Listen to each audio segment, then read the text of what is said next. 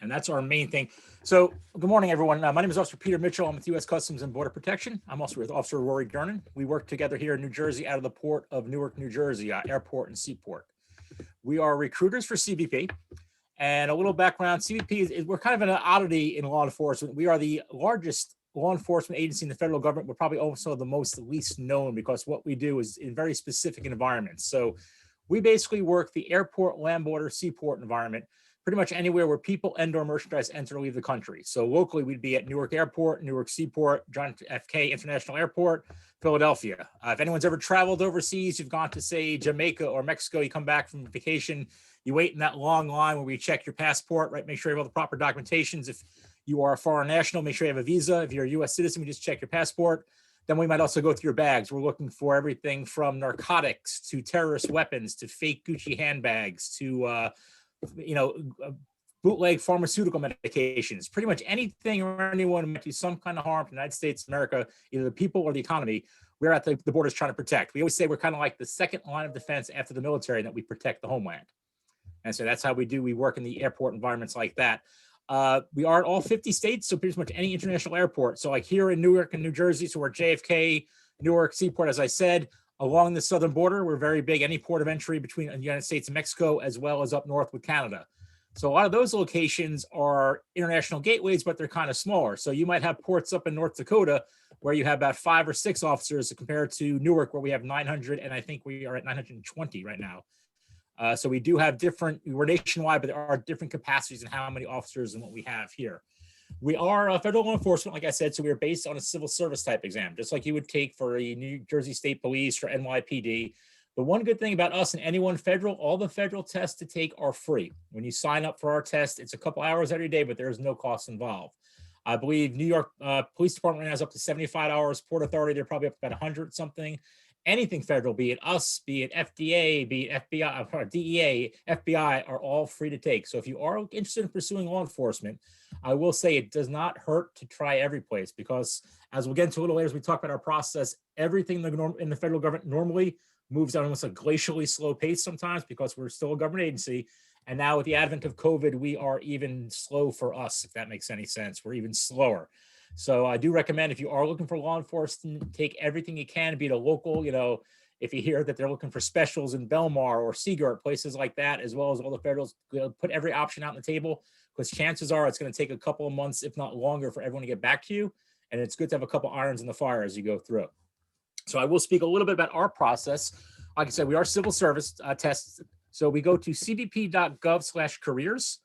And I put that up in the chat there. That is our main website.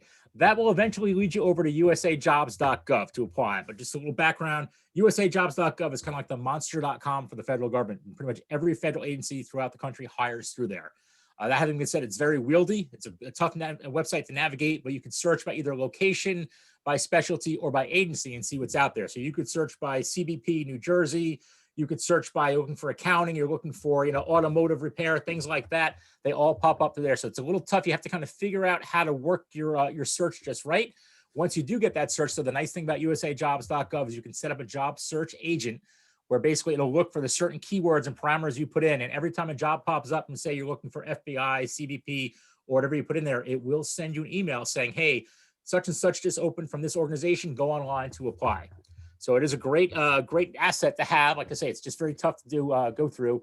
We do recommend here at CBP that you go on USA Jobs to set up your profile, get yourself in. It's going to take you about 45 minutes because you're going to upload a resume, put your background, all that stuff in there. But then it's good. Once it's in, you have your profile set. When you go to apply, it's only a couple of clicks and you save yourself some time, which I'll get into now about big saving time. So that's USA Jobs. I put up cbp.gov careers. That's how we advertise on cbp.gov careers. But the good thing is when you go to that website and apply, it takes you to exactly what you want to be on usajobs.gov. So it kind of does the search for you. So on cbp.gov, it's going to list, the 2 or 3 entry-level positions we have, and it'll take you right through to apply via usajobs.gov. Whereas if you had gone usajobs.gov, you could spend 15, 20 minutes typing in CBP and getting everything from, the program manager to the scientists to the janitors they're looking for, because they all fall in that CBP. So it's a little more direct with us with cbp.gov/careers going that way. And the reason we're saying that, because time right now is of the essence when it comes to applying for us. So Little background. Normally, normal times pre-COVID, every month on the first of every month, CBP would come out with a new open announcement. It would list maybe 25 to 30 ports across the country where we're looking for officers at. There'd also be about a cap of anywhere from 5,000 to 7,000 people on there. So it takes a lot of people in there. I said, we're the largest federal law enforcement agency in the country. There's 40,000 of us nationwide. So even if you think about just normal retirements, if 10% a year is retiring, just to backfill that, we're constantly looking for folks to fulfill our mission, right? So good times or bad times, we are usually always hiring. The good thing about the government, recessions, downturns mean nothing to us because unfortunately, crime and terrorism protecting the country is a business that knows no, ebbs and flows with the economy. It's going to always be there. So as I say, normally we're looking for anywhere from 5,000 to 7,000 people at 25 to 30 ports. With the advent of COVID now, everything is kind of slowed down considerably because all the folks we rely upon to do our background investigations and scheduling and all that stuff, they've all been either quarantined or shut down or sent home. So it's really affected the process. So now we still have new announcements that open up the first of every month at midnight, but instead of looking for 5,000 to 7,000 people based upon which announcements, there's usually about 3 or 4 per month that come out. We're looking from anywhere from 80 to 120, all right? So you're going from 5,000, 7,000 to 80 or 120. This is a temporary measure, just what we're doing now because we still need to get applications going through the process. We're hoping with the advent of, vaccinations and things opening up, things will go back to normal eventually. But for the time being, it's been this way probably since, I guess, last June or July. We opened up very quick, short numbers, 80 to 120. And with that, if it opens up at midnight, it's like trying to get Springsteen tickets at Ticketmaster. We're sold out usually within 12 to 18 hours. So we do recommend if you want to apply now, go online, midnight or first thing in the morning. You'll have your application, your whole account set up for usajobs.gov already. So it makes it quicker. You can apply. It's going to ask you a bunch of questions based on everything, and it'll get back and forward you a test, a time and date to go and take the test. So like I said, we're hoping this does change going forward. This is just what COVID has done to us. We're having a real problem because like the rest of the world, right? Everything. Look, you guys are all virtual learning at home, right? Everything's still all kind of messed up from this. Again, normally our process under the best of times would be anywhere from 6 months, I would say 9 months to a year to go through the normal process because you're going to take the test. You're going to go for a background investigation. We're going to talk to your friends, your neighbors, your relatives, your coworkers, make sure there's nothing in your background you need to worry about.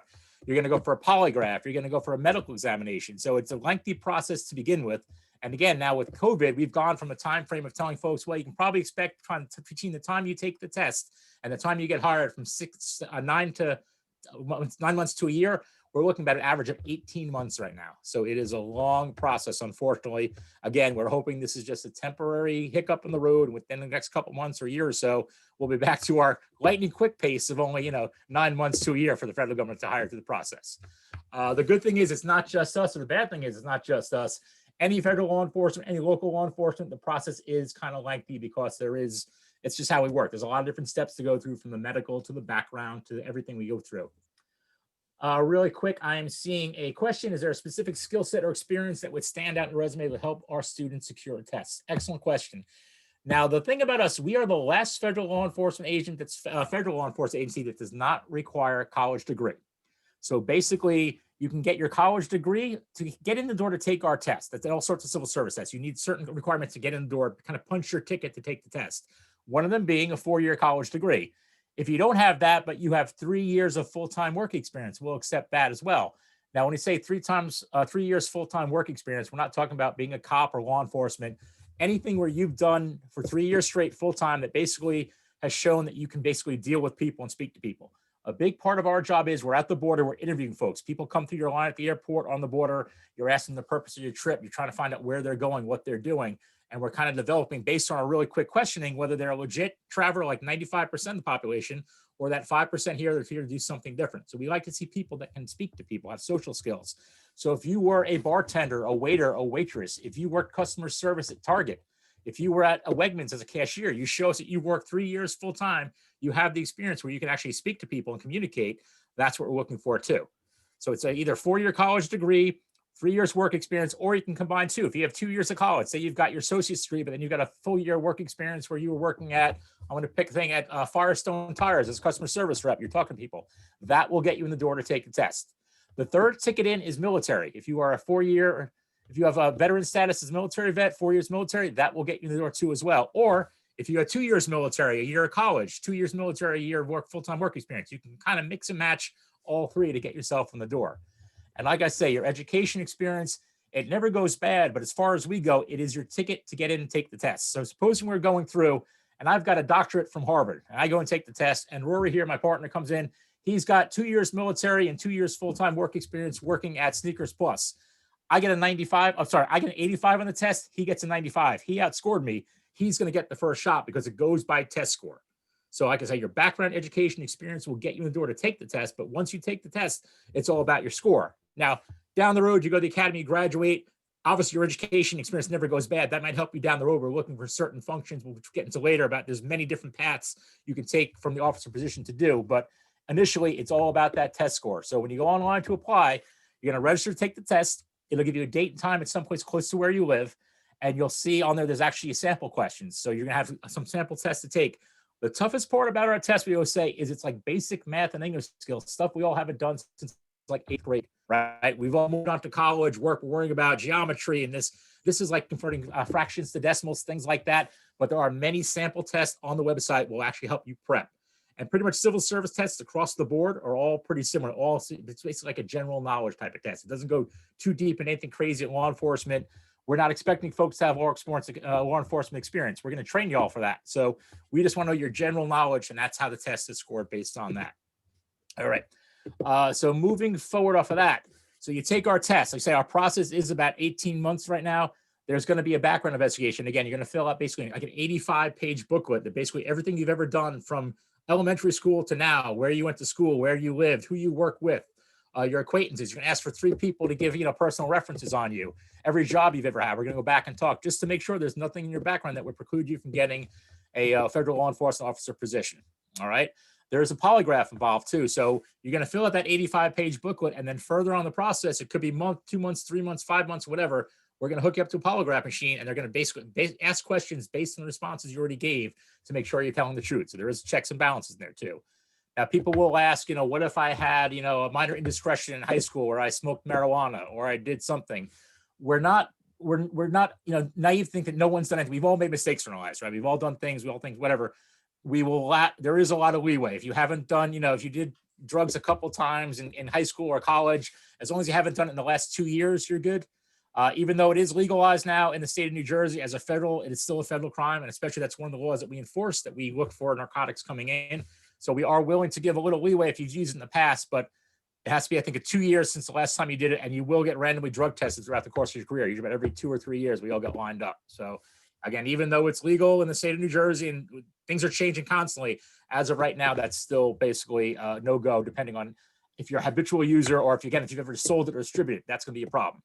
Moving on to harder drugs too. Yes, there is some leeway if you've experimented once or twice throughout your college or high school. Again, you can't be a habitual user or dealing in it, obviously. We're also going to look if you've ever been arrested in the past for domestic violence. We like to tell folks, unfortunately, if the state of New Jersey will not allow you to buy a gun due to domestic violence convictions or past criminal convictions, we're not going to give you one as a law enforcement officer too. And so unfortunately, they're kind of tied together, but we will check that too as well for your background investigation. After that, we're going to do a medical test, fitness test. The big thing with us, we do have a physical fitness exam in the academy. It's relatively light as opposed to most law enforcement goes. The big thing with us is you have to run 1.5 miles in under 15 minutes. That's really not that hard to do. As we like to say, we tell guys at the military bases, servicemen and women, they kind of laugh at us because they've got to do that a lot quicker. So it's 1.5 miles in the academy in under 15 minutes. There's also is a requirement for push-ups and sit-ups, as well as a sprint, a shuttle run. But the main thing that we lose the most people to is the 1.5 mile run. Again, you'll be down the academy. We're going to run you every other day down there at the PT. You're going to build up. So we like to think that you have a base going into it of level of physical fitness. But in the academy, you're going to do a lot of exercise as well as offensive tactics too. So you're going to build upon that. And that final physical fitness exam is like the last week. So you will have, our academy is 17 weeks long. We want you obviously to be in shape before you get down there. But if you're close, we will get you there in the last 17 weeks of the academy. So we'll talk about the academy right now. As I say, 17 weeks, it is down in Glencoe, Georgia. It's about an hour south of Savannah, hour north of Jacksonville. It's kind of like what the Georgia people would call their Jersey Shore, right? They've got St. Simon's Island there. There's beaches about 10 minutes away. It's an old Navy base that you will be on, and anywhere, basically at any time throughout your training, every federal law enforcement agency throughout the government trains there. So anytime there's between 5 to 9,000 fellow men and women being trained for federal law enforcement. Everyone from DEA, Park Police, you name it. Everyone pretty much with the exception of the FBI trained there. So you're on this base for 17 weeks. While you're there, we feed you, we house you, we clothe you, and we pay you. You're getting paid down there. So the moment you sign up, you start getting a paycheck. After 2 weeks, you start getting your medical and health benefits.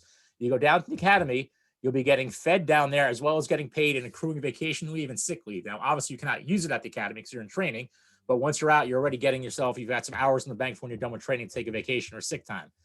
As I say, it's 17 weeks, Monday to Friday, from 7:30 to 4:30. They basically own you. You're down there. You can do everything from classroom, a lot of classroom. There's a lot of immigration law, custom law, visas, things like that you're going to learn about. As I said, you'll be doing physical fitness tests. We'll be running you. And we're not quite like the Marines. It's not that crazy. I like to call it boot camp light. And my veteran coworkers get mad at me for using that term, but it's kind of, yeah, we'll march you, we'll run you, but it's not like you're getting off the bus like Full Metal Jacket and they're screaming in your face. It's more of an adult-based learning thing. There are consequences. You have to, you got to control, you got to basically do what you got to do and learn and get, carry yourself in a professional manner, but it's no means by any means like the military. We'll be doing defensive tactics down there. You're going to learn how to handcuff, how to do takedowns, things like that. Firearms. There's a very long firearms program down there. Now, a lot of people say, well, I've never fired a gun before in my life. We don't care about that. We almost prefer folks that have never fired a firearm before because you've got no bad habits. We're going to mold you down the academy to shoot the way we want you to shoot. Our biggest problem is we have folks that come over there from the Marines. I mean, they transfer over from NYPD. They've got a very specific way they've been doing it for the last, 5, 10, 20 years. We want them to learn our way. So it's almost better if you've never shot before. You're kind of a blank piece of clay. We can mold you in our shape like that. As I say, it's 17 weeks, Monday to Friday, 7:30 to 4:30. So as I said, being boot camp light, every day at 4:30, you're free to do whatever you want. There's a cafeteria on base. We give you breakfast, lunch, and dinner. But 4:30 rolls around, you go home, your room, you get changed. You can run to the mall. You can go to Walmart. You can run to the beach. You can do whatever you want. Go see a movie. As long as your butt's back in that seat the next day by 7:15, ready to learn by 7:30, you're good to go. Fridays nights, you're done. Saturday and Sunday, you're off, right? You're still on base. You're still getting fed and clothed and housed there. If you want to take a quick trip to go see Disneyland, Disney World, pardon me, is 3 hours away. You want to go to Jacksonville to the beach for the weekend, you're fine. You have to let your class coordinator know that. And you got to make sure, again, you don't book your flight coming home at Sunday night at midnight, because if you get late, traffic, weather delays, and you miss your class, you're going to have to answer for that. We always tell you, go away for the weekend. Make sure you give yourself plenty of time to get back. And again, once that bell rings at 7:30, you're ready to go, bright-eyed, bushy-tailed, ready to keep on learning. You're there for 17 weeks, like we say. You're going to go through all that. You'll graduate. Then you'll return back to the port that you're entered on, and you're going to spend another 34 weeks of training at the port. Now, the good thing about that, 34 weeks now, you'll be training at home. So every night you'll be going to your own home. You go home. You basically report to the work in the morning, Monday to Friday, and then at nights you're back to your family and friends, wherever you are, depending on what port you're in. So it's nice that you're only in the academy for 17 weeks, and then you're actually, the bulk of your training is back home at the port where you'll be stationed at. Now, this is where it gets a little sticky right now when we talk about port selection in our current applications, again, due to COVID. We had been hiring for JFK and Newark heavily right up until about a year ago, maybe even in May of 2020. Now with COVID, like I said, we went down from 25 to 30 ports to about 5 or 7. And most of the ports we're looking at right now tend to be our harder to fill locations, like on the southern border, Calexico, San Ysidro, the northern border, which is like Pembroke, North Dakota, Montana, and more expensive places like San Francisco and Detroit, places we've had hard times filling with people in the past. So because of COVID, like I said, we've gone from those 20 different selections down to those 5 to 7, and they change on a monthly basis. They don't even let us know. This comes from the hiring center in Minneapolis. We find out pretty much a couple of days before. By the way, April 1st, this will be the new announcement, and XYZ, these 5 or whatever ports are going to be listed, and they change from month to month. Although with the COVID, they have been relatively steady, because even so, it's still harder to fill these locations. But it's kind of, unless you're from Pembroke, North Dakota, let's be honest, who really wants to go live in Pembroke, North Dakota? Unless you're really like, walking alone in the woods or whatnot. That's not a great town, not a great state, but it's tough to get someone from, say, Jersey or Chicago or LA to get themselves up and relocate up north. Southern border is kind of the same, but the bigger thing in the southern border, it's very busy. If you go to San Ysidro, Calexico, Yuma, you will be working. I mean, that's where 80% of our action happens. I would say the good thing about that from the officer perspective, I've been at Newark for 18 years now, if you went down to San Ysidro, you probably learned more in a year on that line, seeing stuff come through than what I've seen in 18 years up here in Newark. It's just because that's a constant turnover of people, seizures. You're going to see all sorts of stuff coming through. So professionally, you're going to learn a lot down there. And a lot of folks will take that job because it's easier to get.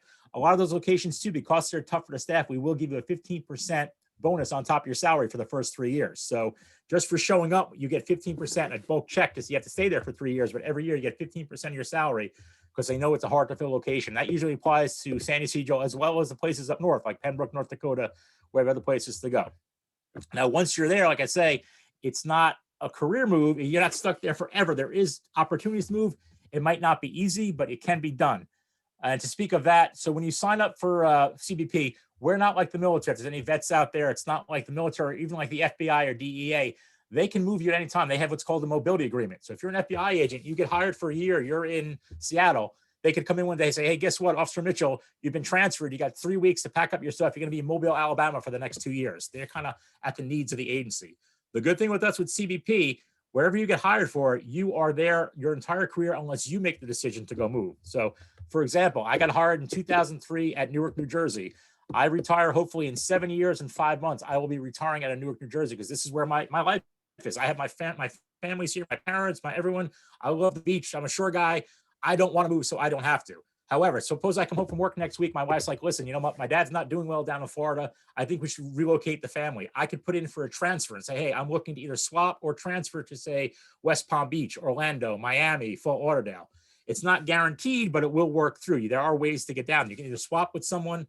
We also have what's called a NROB every year. So people can put in and say, I'm a 5-year guy at Seattle, and I want to move to pick Orlando. And Orlando's going to come out on the openings this year. If they have extra spots, it will facilitate my transfer. So it's not guaranteed, but there is the possibility that I can move, or you can move if you want to, but you'll never be told to move on that going forward.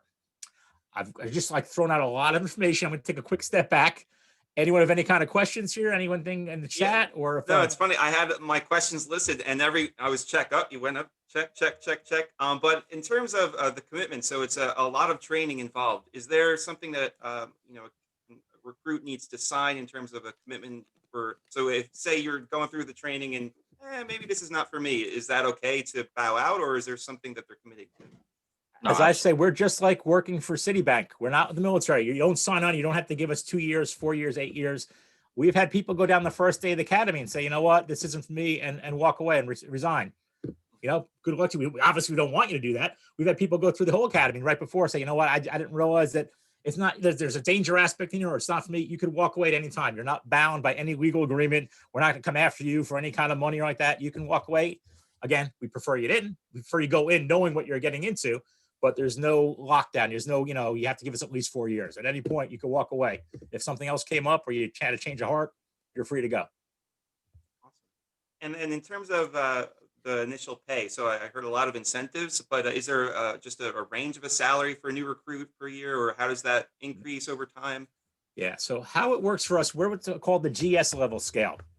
And that's basically a scale set forward by the federal government. And when you come work for CBP as an entry-level officer, you either get hired as a GS5, 7, or 9, depending on your experience. Now, GS5 is like our true entry level. That would be most people coming out of college with a 4-year degree. GS7 might be if you had some kind of, on top of like a doctorate or something, a master's degree on top of that. And GS9 is usually reserved for, say, folks coming over from another law enforcement agency with experience or military. But the good thing with us, so automatically 5, 7, you come on as a 5. What's the worst case scenario? You get hired as a 5.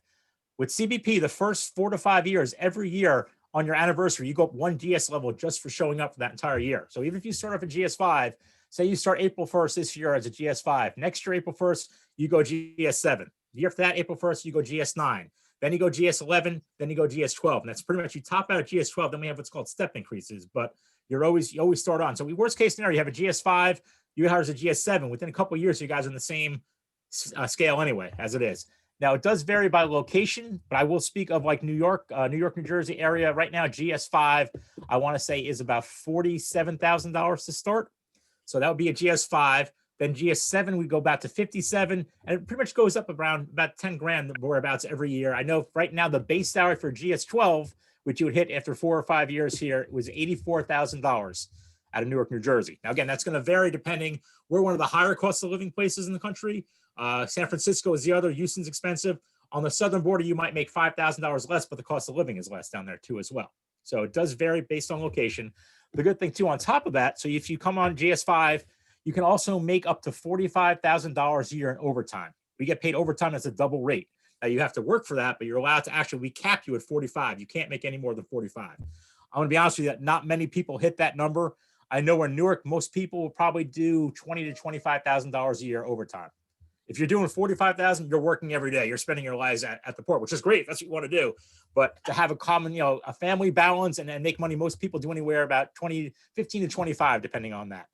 On top of that, we also have differential pay. So if your shift is 8 to 4, it's regular pay. But if you come in at 11 and work off hours 11 to 12, you get 15% differential on top of that. If you work the overnights, you get 20%. So if you're working midnight to 8 in the morning, you get a 20% on top of that.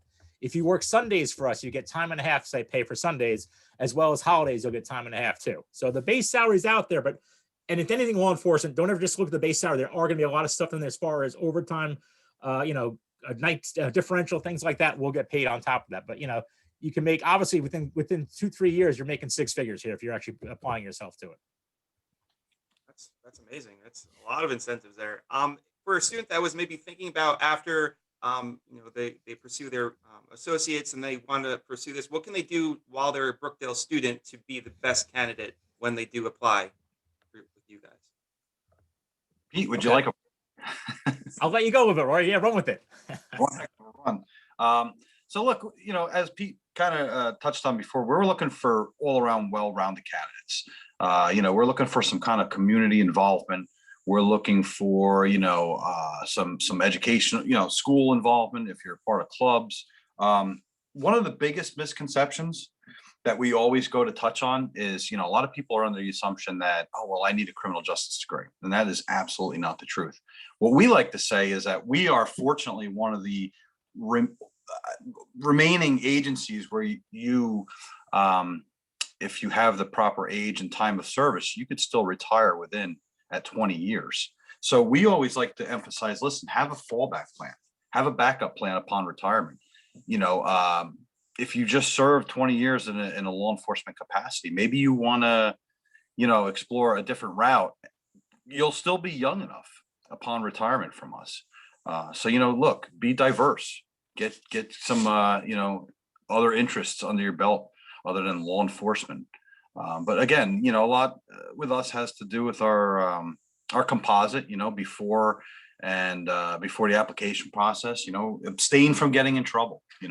We're all at that age at the college level where, we're starting to go out, we're starting to, bedazzle with the bars and a lot happens in that environment. Just abstain from it. Keep your noses clean and just make yourself the most possible attractive candidate out there. And then I know we had a few of my colleagues just join. We have Jill and Ann here. Guys, so anyone who's attending right now, so please, this is your opportunity. You have officers here live to learn more about the opportunities. So please use the chat to your advantage. There is a Q&A. There is a question in the Q&A component. I don't know if you see that, Bill. I actually just pulled that up for military. Yes. Great. Actually, excellent question. So among the things that come out for us are openings every month. Like I say, we have the GS5, GS7 level announcements. We do also have the VRA announcements too, which are specifically geared, that's a tough word saying that, towards military members. So if you have military, you can apply under our VRA, pardon me. And as far as disability, that's a case-by-case basis. They would basically, we do have folks that have certain percentages. I'm not going to say it caps out at X, Y, or Z because it is by the individual. So I always say apply, let them tell you no. A lot of times, as long as you have mobility and you can do that 1.5 mile run, things like that, you are good to go with us. As far as the administrative type jobs, we spoke about usajobs.gov earlier. That's kind of, me and Rory come out, we're kind of more for the law enforcement officers. So we're looking for the frontline officer positions. Like I say, there is a myriad of other positions that are admin, everything from, we think about 40,000 officers in the field, everything from ordering us paper to getting the car service to scheduling and benefits. So there are a lot of other positions out there. They just don't really filter down to us. That's where that usajobs.gov website would come into play. And that's where you could search by, hey, I'm looking for, jobs in New Jersey with CBP. I'm looking for admin. I'm looking for accounting. I'm looking for logistics. And you could search in those 3 criteria, as I said before, either agency, location, or specialty in usajobs.gov. And that will give you the whole list. And that changes from day to day too. They'll open up, and then the next day you might see something for FBI looking for, vehicle maintenance or fleet maintenance, fleet management, pardon me. So keep that. And again, you can go to usajobs.gov and set up that job search agent. Hey, I'm looking for these keywords across these agencies and these locations. And every time something pops up, they will give you what's coming out. An email come out and say, hey, DEA just opened up a job that, clicked off 3 of these boxes on your checklist. Go online and apply right now. Check it out. Pete, if I may just touch additionally on some of the Sure. veteran criterion. We didn't touch on our age cap. Currently, as a general applicant, the max age for hire on duty is 40 years of age. With our veteran applicants under the VRA, which is the Veterans Recruitment Application, which Pete just touched on, we waive that age cap in entirety. So as long as you're capable of completing our physical abilities assessment, the run, the push-ups, the shuttle run, the sit-ups, etc., you are good to go. We waive that in entirety. So yes, absolutely. That's clutch for our veteran applicants. And folks, also, if you look in the chat, I just put our recruiter email address for the New York area, New York field office. Going forward, something doesn't pop into it now, tomorrow, next week, next year, you think of something, you can send an email to LFO recruiters, and that will get to either myself or Rory, and we'll be able to answer the questions for you. Things we're throwing a lot at you. I understand that. So you might not think of something till later tomorrow. At any point, you can contact us at that email address, and we will respond back to you to answer any questions you might have too. Great. Yeah, this was fantastic. A wealth of information, and it's something all students should be really looking into. It's great. Thank you so much for your time. If anyone has any other questions, we'll give it to you a minute for you to post them in here. Other than that, that was great. Melissa says thank you. Oh, you're welcome. Thank you for your service. Thank you. Thank you so much. And we'll be posting the video, but like you said, if we want to host another info session later down the line, more than willing and open to that. Thank you. Totally, Mr. Please let us know. All right. And we're looking forward to see y'all in person again eventually at the career fairs, God willing, right? Yeah, So, here's hoping. that's Very what's up. soon. All right. Yeah. Thank you, guys. All right, folks, have a good day. You too. Yeah.